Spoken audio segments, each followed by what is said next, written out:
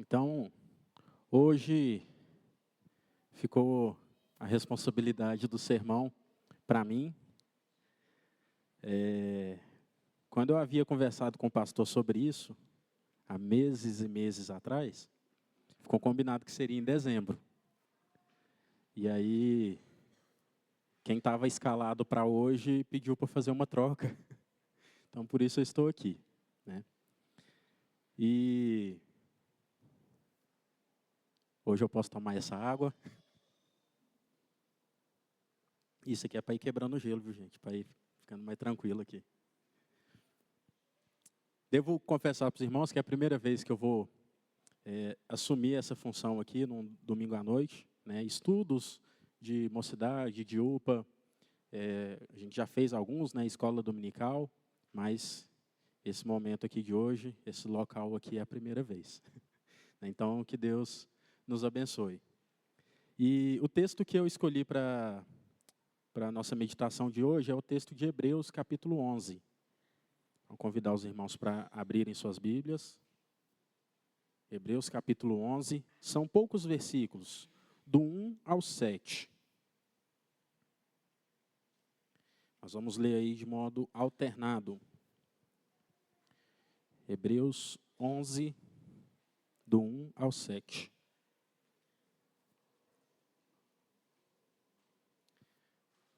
Amém? Alternadamente. Ora, a fé é a certeza das coisas que se esperam, a convicção de fatos que se não veem.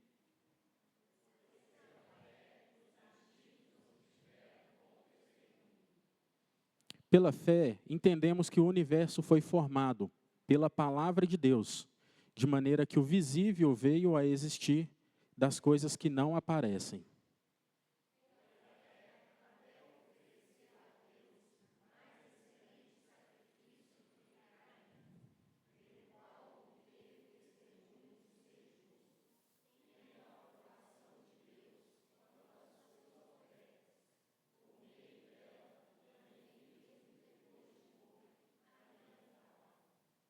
Pela fé, Enoque foi trasladado para não ver a morte. Não foi achado, porque Deus o trasladara, pois antes da sua trasladação obteve testemunho de haver agradado a Deus.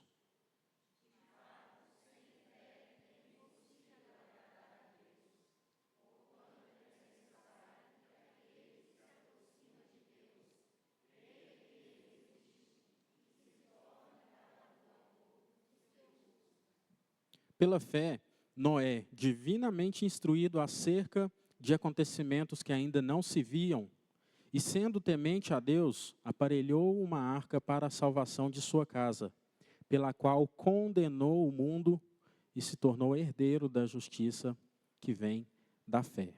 Amém.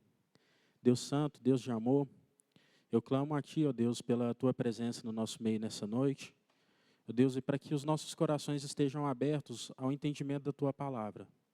Senhor, que nós possamos aprender e guardar no coração, ó Deus, para no dia a dia colocarmos em prática, ó Deus, tudo que ouvirmos do Senhor nessa noite, ó Pai. Em nome de Jesus que eu oro. Amém.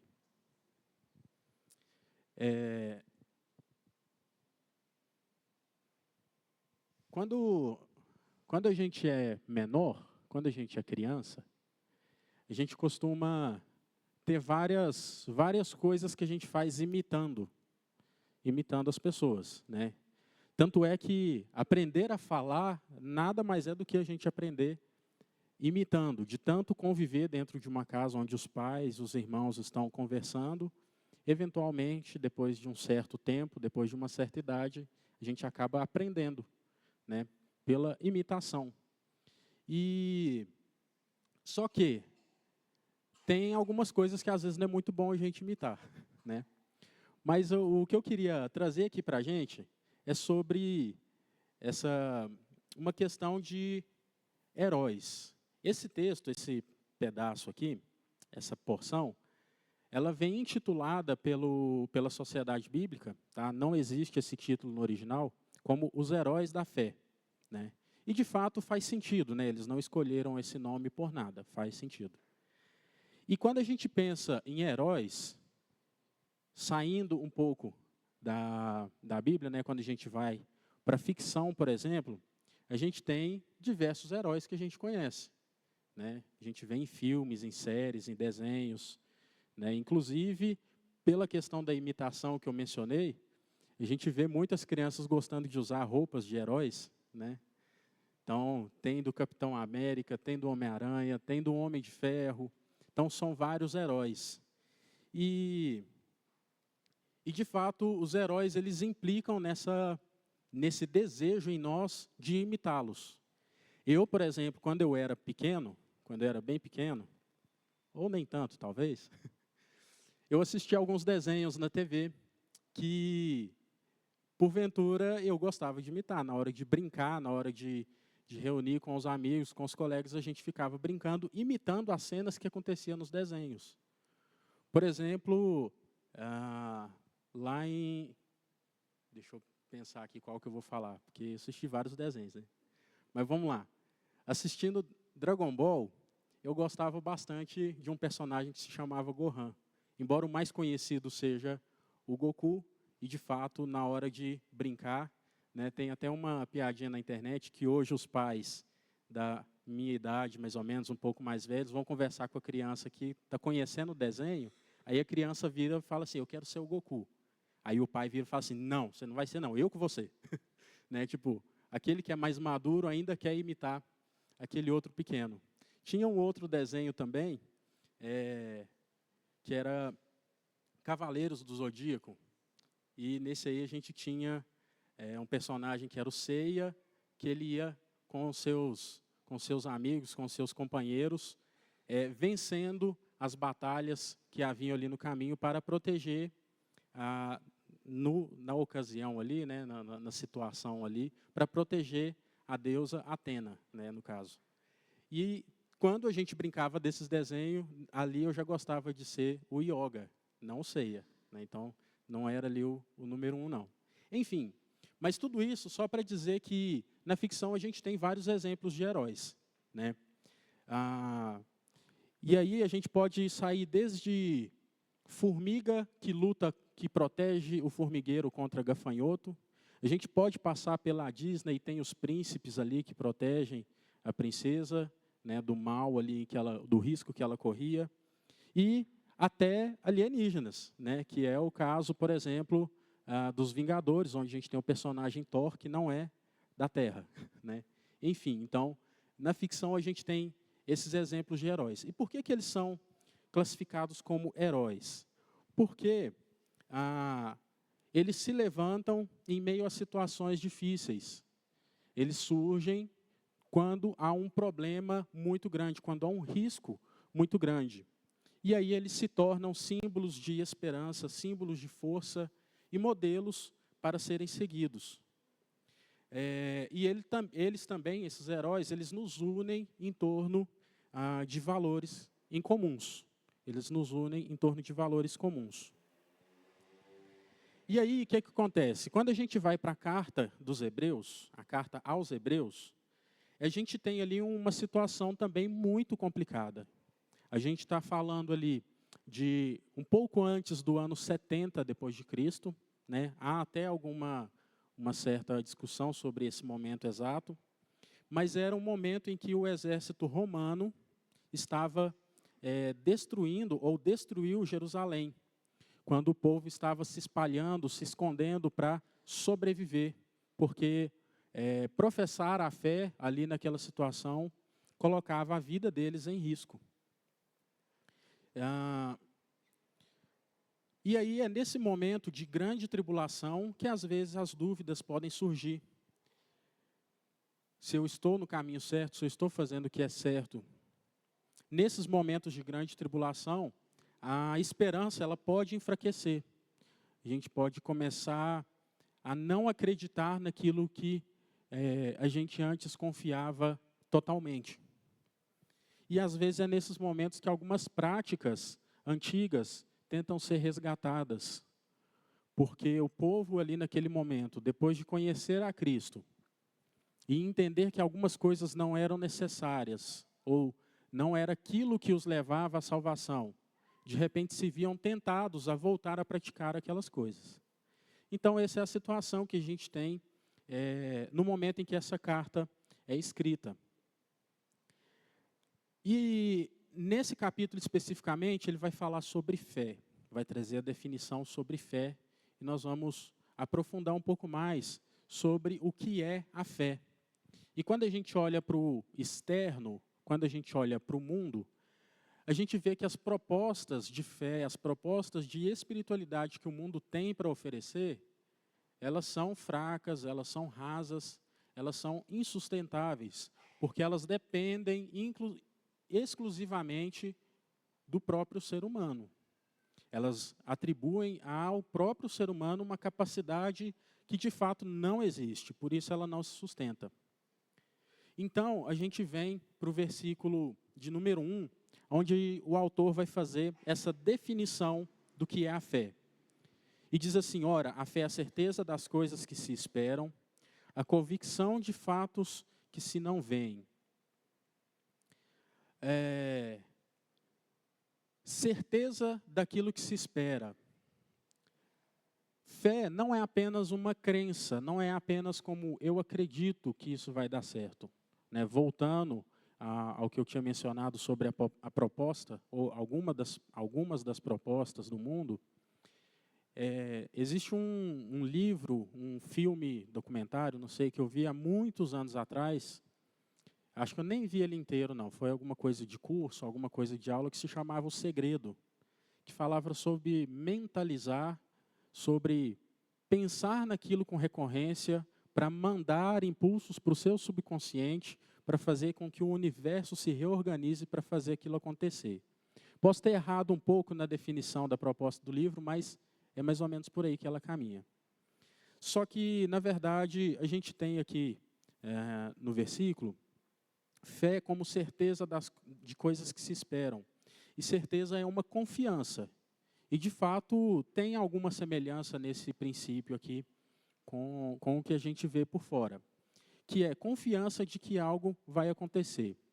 Mais especificamente falando, confiança naquilo que vai acontecer conosco após o nosso momento aqui na Terra, que é experimentar ou viver a vida eterna ao lado do nosso Senhor. Bom, e isso só pode ser alcançado por meio de Cristo. Agora, certeza do que se espera e convicção do que não se vê. E a convicção, ela já é algo mais sólido ainda, é algo mais como uma comprovação. É algo mais como comprovação. E daquilo que ninguém viu. Então, você testifica, você acredita de forma plena de que aquilo é real, de que aquilo é daquela forma mesmo, mesmo sem ninguém ter visto. E depois de apresentar essa definição, o autor ele vai seguir argumentando em favor dessa definição. E ele vai fazer isso por meio de exemplos. No versículo 2, a gente vê que os antigos obtiveram bom testemunho. Então, aqui ele já faz um resumo de como que ele vai provar de que a fé é isso. De que a fé é a convicção do que não se vê, a certeza daquilo que a gente espera. E a história nos dá exemplos de fé genuína, a fé verdadeira, aquela que agrada a Deus. Então ele começa a comprovar a sua tese. E ele parte no versículo 3, fazendo uma ancoragem em um fato em que todos concordam. Ele começa no versículo 3 dizendo, pela fé entendemos que foi o universo formado pela palavra de Deus, de maneira que o visível veio a existir das coisas que não aparecem. E aí, nesse momento aqui, me surgiu um questionamento que eu fui até pesquisar, sim, hoje a gente tem meios diferentes de pesquisar, e eu fui perguntar para uma inteligência artificial, para o ChatGPT no caso. Porque o que acontece? O autor aqui ele vai ancorar a definição de fé partindo de uma convicção comum, que nenhum humano tinha visto. Ninguém havia visto, mas todos concordavam, todos acreditavam da mesma forma. seja cristãos, seja judeus. E aí me veio a dúvida se era só os dois grupos mesmo, ou se tinha mais gente. E, para minha surpresa, era, de certo modo, uma convicção que ia para além dos cristãos e dos judeus. Então eu perguntei, como o Império Romano, que era quem estava atacando o povo aqui no momento, como o Império Romano definia a origem da terra e da vida humana. E aí ele vai fazer alguns paralelos aqui. E depois eu percebi que na mitologia grega e na mitologia romana, eles acreditavam que o universo emergiu do caos primordial, uma entidade invisível e informe. Para eles, o cosmos se organizou a partir desse caos. Depois ele vai especificando aqui um pouco mais. Então, de certo modo, ainda que eles não conheçam, que eles não entendam quem é Deus, eles acreditavam em algo que podia, sim, se direcionar a quem é Deus. Ele mencionou aqui também a filosofia estoica, que acreditavam no logos, um princípio racional e divino que organizava o universo. Também a mesma coisa, uma entidade que conseguiu ali organizar e fazer com que tudo viesse a existir. No hinduísmo também há algo parecido. Também na cosmologia egípcia e também em algumas religiões indígenas e africanas. Tudo trazendo para um ponto em comum, de que pela fé, ou seja, eles acreditavam que o universo foi formado pela palavra. No nosso caso, nós cremos que é a palavra de Deus, mas eles precisavam direcionar isso para algum ser, alguma divindade, né? E que de maneira que o visível veio a existir das coisas que não aparecem. E dessa forma ele consegue então ancorar todo mundo ali para falar assim, estamos de acordo aqui nesse ponto? Vocês concordam com isso? Então, vamos caminhar agora pegando os exemplos que vocês acreditam, partindo disso aqui. E aí ele vai seguir de maneira cronológica a comprovação do que é a fé, ou da sua definição de fé. Tá? E agora a gente começa a entrar no primeiro exemplo, que é Abel. E o versículo diz que Abel ofereceu a Deus mais excelente sacrifício do que Caim. Então, Abel, ele foi muito feliz ao oferecer, ao dar para Deus uma oferta que o agradou. Ao passo que Caim não obteve o mesmo êxito.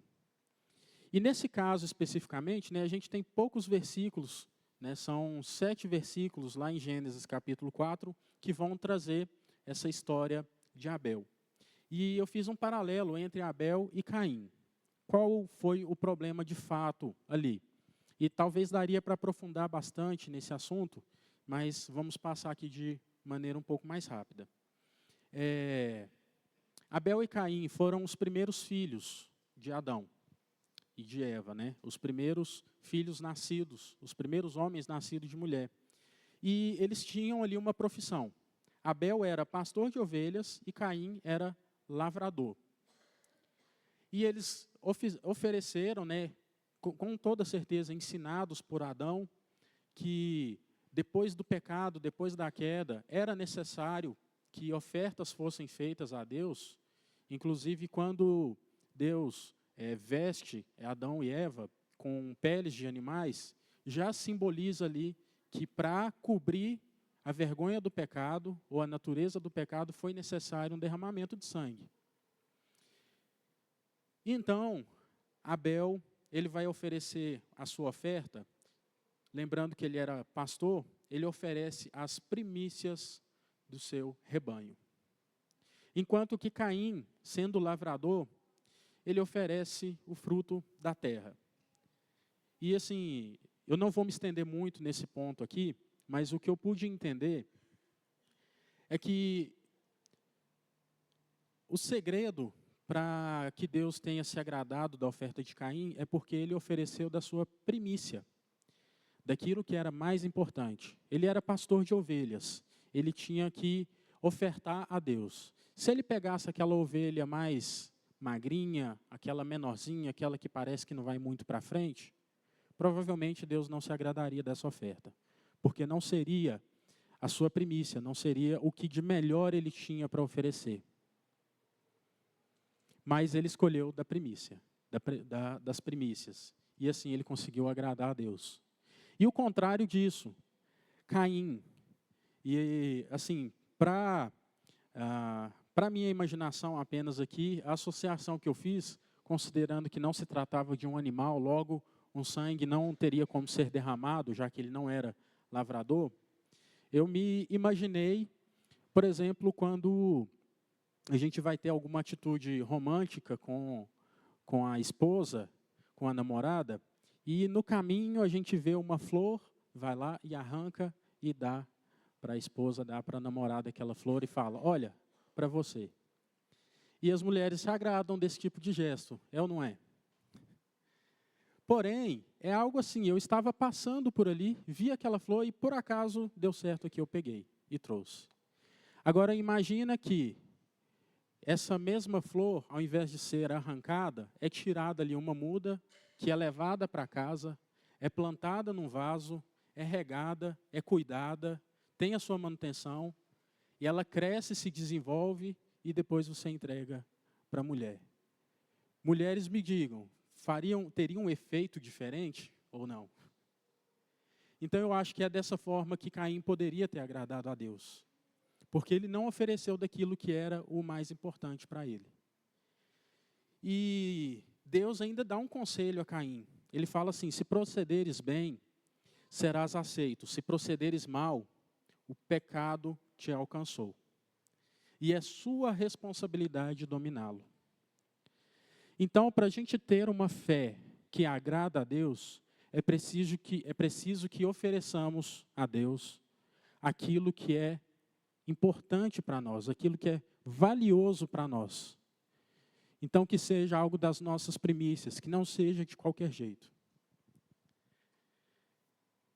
Abel ofereceu algo tão agradável a Deus que foi morto pelo seu opositor. Então, a gente conhece a história e sabe que Caim acabou procedendo mal, né? E, enfim, não vamos nos aprofundar muito além disso, mas caminhando agora para o próximo exemplo. Guardem esse ponto de que Abel, ele ofereceu algo agradável a Deus. E isso foi pela sua fé. E foi dessa forma que ele testemunhou, que ele obteve bom testemunho. De modo que, mesmo em sua morte, o seu testemunho é válido para nós até hoje. No versículo 5, a gente vê o autor mencionando Enoque. E é interessante porque ele usa uma palavra que é incomum no nosso vocabulário. E, para mim, o único momento em que eu vi essa palavra ser usada, fora desse contexto, falando de Enoque especificamente, é quando a gente está pesquisando ou fazendo um plano de uma viagem. Aí você vai lá, entra nos sites, lá e tem o hotel, e tem lá o traslado do aeroporto para o hotel. Só que aí a gente faz o plano, depois vai lá e apaga, e várias pessoas ainda conseguem experimentar na prática o que é esse traslado, que é ser levado de um lugar para outro. E isso provavelmente é muito importante, porque o autor coloca essa mesma palavra 3 vezes. Veja aí o versículo 5. Pela fé, Enoque foi trasladado para não ver a morte. Não foi achado, porque Deus o trasladara, pois antes da sua trasladação obteve testemunho de haver agradado a Deus. E Enoque, ele é um exemplo, não vou dizer único, mas ele é um exemplo extremamente raro. Talvez poucas coisas na Terra possam ser calculadas com tanta raridade quanto o que aconteceu com Enoque. Porque ele não conheceu a morte. E o relato de Enoque é mencionado em poucos versículos, lá no capítulo 5 de Gênesis, que vai do 18 ao 24. E Enoque, então, ele é uma pessoa que ele não conheceu a morte. E junto com ele, somente mais uma pessoa experimentou isso.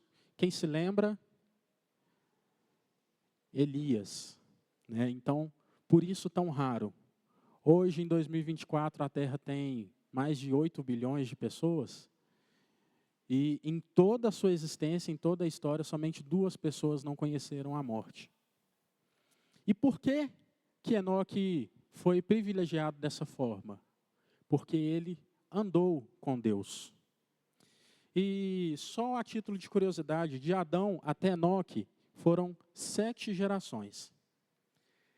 E o que acontece é que Enoque experimentou uma comunhão tão plena que por causa da sua fé, Deus não deixou que ele conhecesse a morte.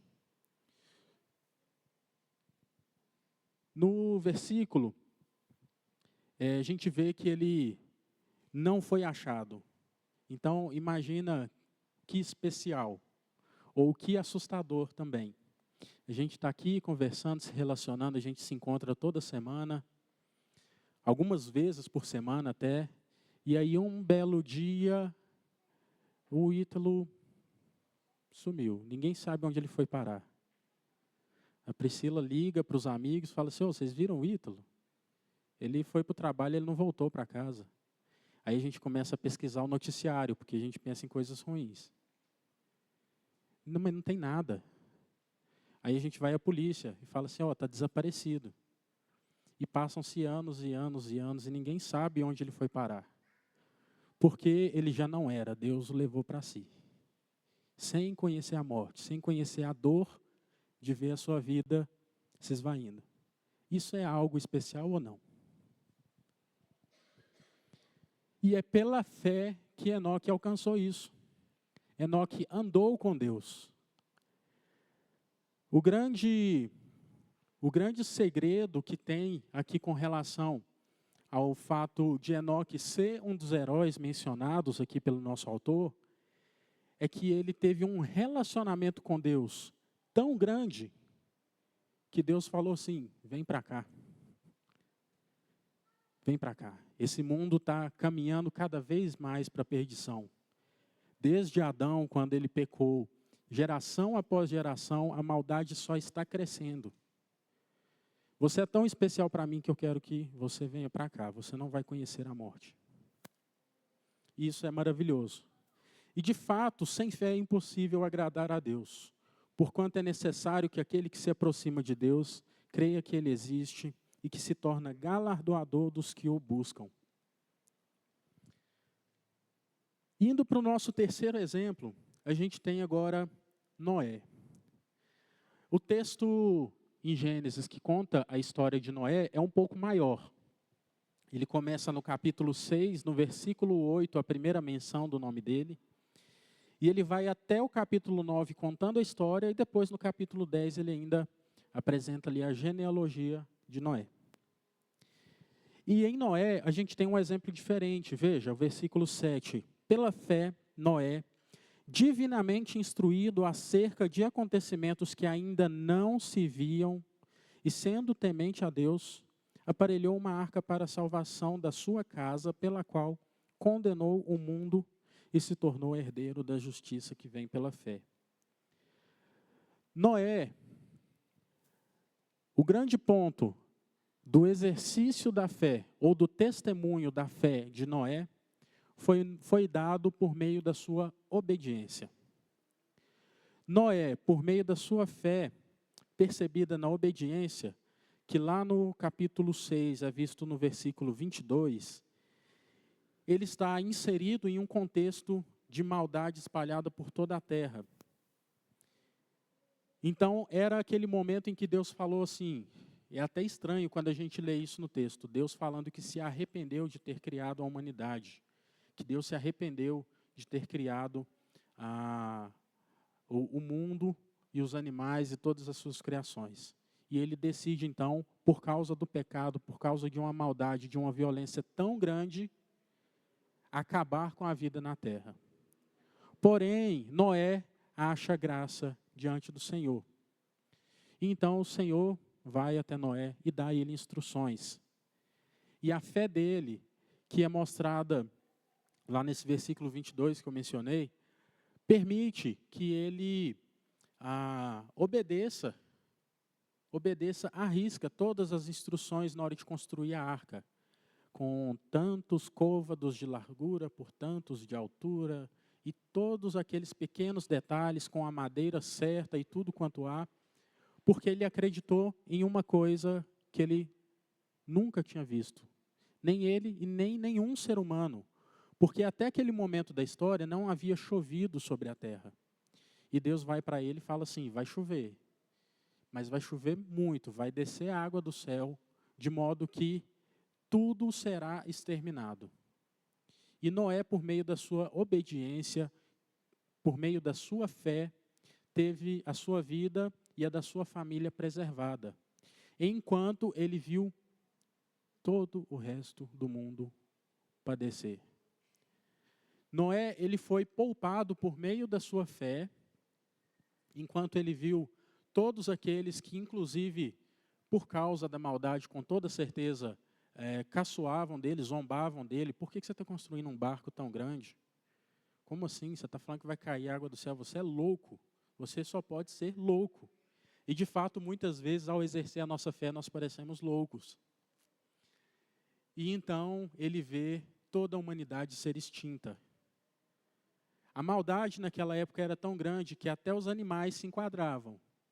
No texto, lá, quando a gente lê, a gente percebe que toda forma de vida estava contaminada pela maldade.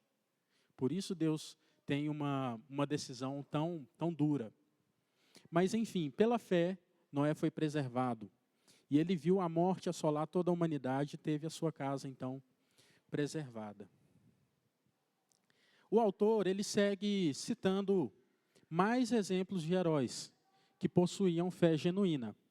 A gente vê na sequência do texto, pelo texto em si, eu vou parar aqui nesse versículo 7. Mas seguindo o capítulo, a gente vê mais heróis sendo mencionados. A gente vê Abraão, a gente vê Sara, Isaac, Jacó, José, Moisés, Raabe. E depois ele ainda fala assim, tem muitos outros nomes que eu gostaria de mencionar. Eu deveria falar do fulano, mas o tempo é curto. Então, vamos parar nesses aqui. No caso, eu escolhi só os 3 primeiros para a gente meditar. E é engraçado porque nesse final do capítulo, eu me lembro de uma música que a minha irmã gostava de ouvir quando eu era criança. E na época eu nem gostava muito das músicas que ela colocava, mas dessa aí eu gostava da introdução dela, porque a cantora, ela fazia uma leitura, uma citação do final desse capítulo. Quem vai conhecer aí um pouco mais antigo, e provavelmente não de origem presbiteriana, vai se lembrar da música Loucos por Deus, da Vanilda Bordieri e Célia Sakamoto, lá de 2004. Ela vai mencionando ali que muitos foram perseguidos, mortos, cerrados ao meio, viram o seu povo, a sua família ser destruída, não aceitava o livramento que era imposto por negar a sua fé, e muitas pessoas foram martirizadas ao longo de toda a história. E o autor está fazendo essa galeria da fé, fazendo essa menção, citando todas essas pessoas e os seus atos e o que elas fizeram para animar, porque o povo naquela época estava passando pela perseguição, como eu mencionei no início. Assim como nós hoje também estamos inseridos em um mundo que é caído. Nós ainda estamos num mundo perdido.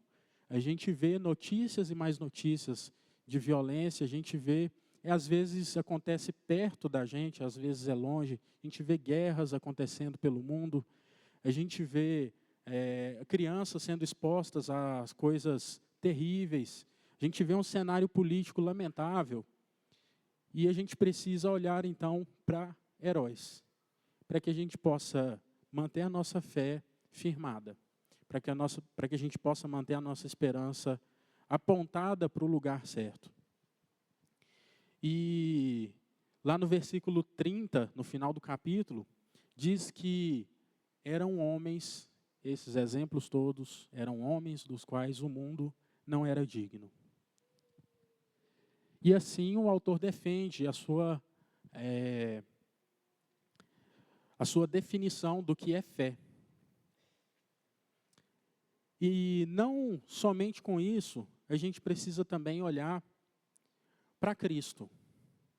E quando a gente vai para o capítulo 12, a gente vê no início dele dizendo assim: portanto, também nós, visto que temos a rodear-nos tão grande nuvem de testemunhas, desembaraçando-nos de todo o peso e do pecado que tenazmente nos assedia, corramos com perseverança a carreira que nos está proposta, olhando firmemente para o autor e consumador da fé, Jesus, o qual, em troca da alegria que lhe estava proposta, suportou a cruz, não fazendo caso da ignomínia, e está sentado à destra do trono de Deus.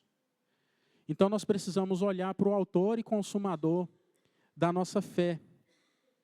E a fé genuína é aquela que se apoia no passado, enquanto ela olha para Cristo.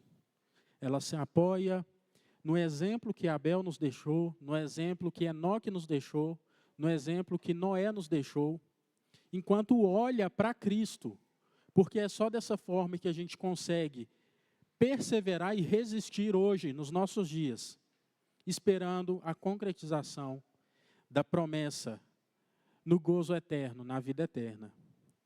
E essa grande nuvem de testemunhas são apenas sombras daquilo que Jesus fez de modo perfeito, de modo completo. Veja, Abel agradou a Deus por meio do seu sacrifício. Mas Jesus, ele foi o sacrifício perfeito. Enoque, ele teve o maravilhoso privilégio de não conhecer a morte. Nós sabemos que Jesus conheceu a morte, porque ele estava levando nossos pecados. Porém, a morte não segurou ele. Jesus venceu a morte. Quando a gente olha para Jesus, a gente percebe que Noé, embora tenha condenado a humanidade e tenha recebido por herança a justiça da fé, fazendo com que a sua família fosse preservada, a sua família foi preservada, mas a humanidade foi condenada. Quando Jesus veio, ele nos livrou da morte eterna. E ele nos deu poder para que fôssemos feitos filhos de Deus, para que fôssemos tomados, para que fôssemos aceitos dentro da família da fé. Louvado seja Jesus, louvado seja Deus por isso. E que a nossa fé possa nos ajudar a persistir hoje e que a gente consiga agradar a Deus. Esse é o desafio, para que a gente consiga agradar a Deus, servindo de testemunho, assim como esses heróis aqui, que nós também possamos, por meio da nossa fé, testemunhar para as próximas gerações, para que de glória em glória, até que Cristo venha e restaure toda a terra e reúna todos os seus. Amém? Vamos nos colocar de pé para cantar?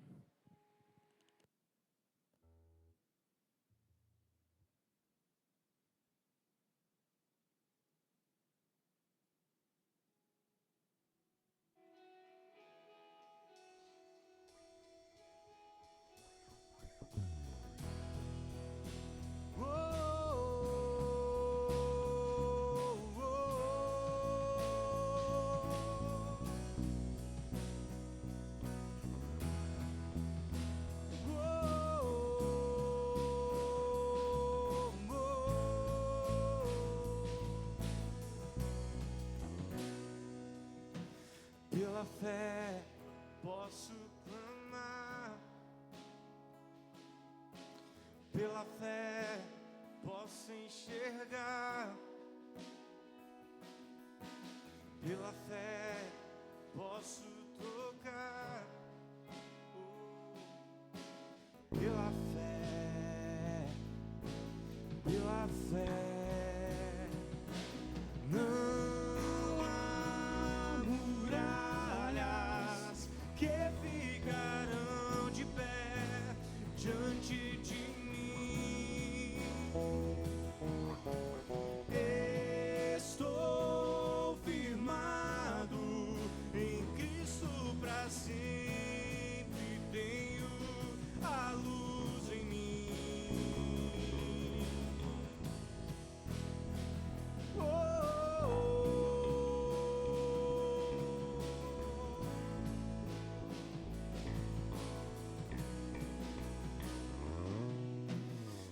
Pela fé posso mudar. Pela fé posso alcançar. Pela fé posso viver.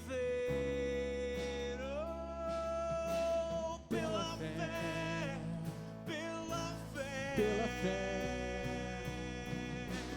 não há muralhas que ficarão de pé diante de mim. Estou firmado em Cristo para sempre. Tenho a luz em mim. Não há, não há, não há muralhas que ficarão de pé diante de mim. Estou firmado em Cristo para sempre. Tenho a luz em mim pela fé.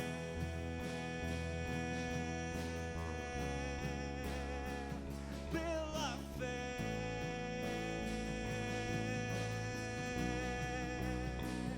Pela fé. Pela fé. Pela fé. Pela fé.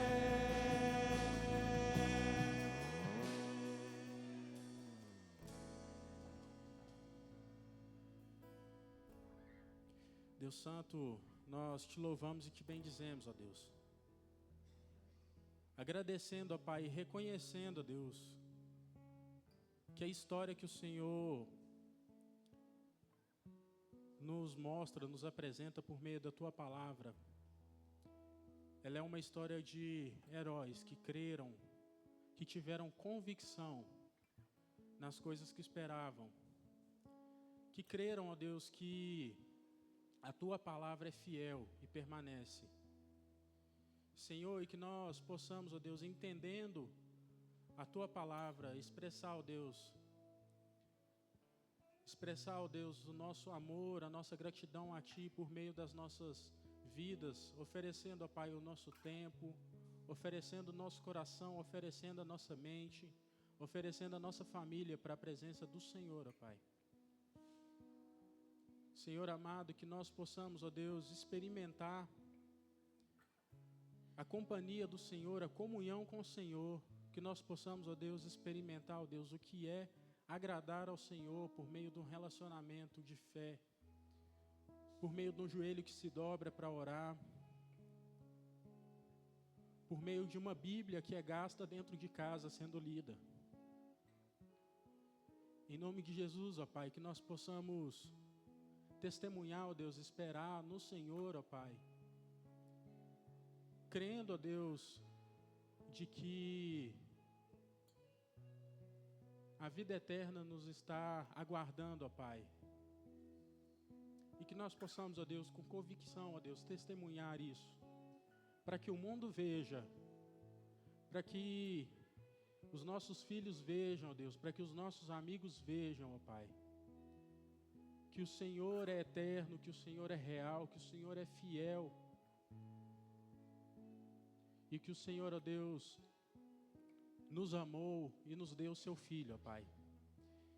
Em nome de Jesus, ó Pai, que eu agradeço, ó Pai, pelos exemplos que o Senhor nos deixou, ó Pai, ao longo da história.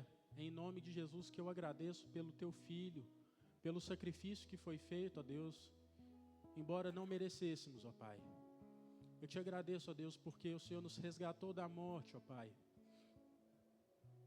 Em nome de Jesus, Senhor, esteja conosco, mantendo, ó Deus, essa esperança, mantendo essa fé, essa chama acesa no nosso coração, ó Pai.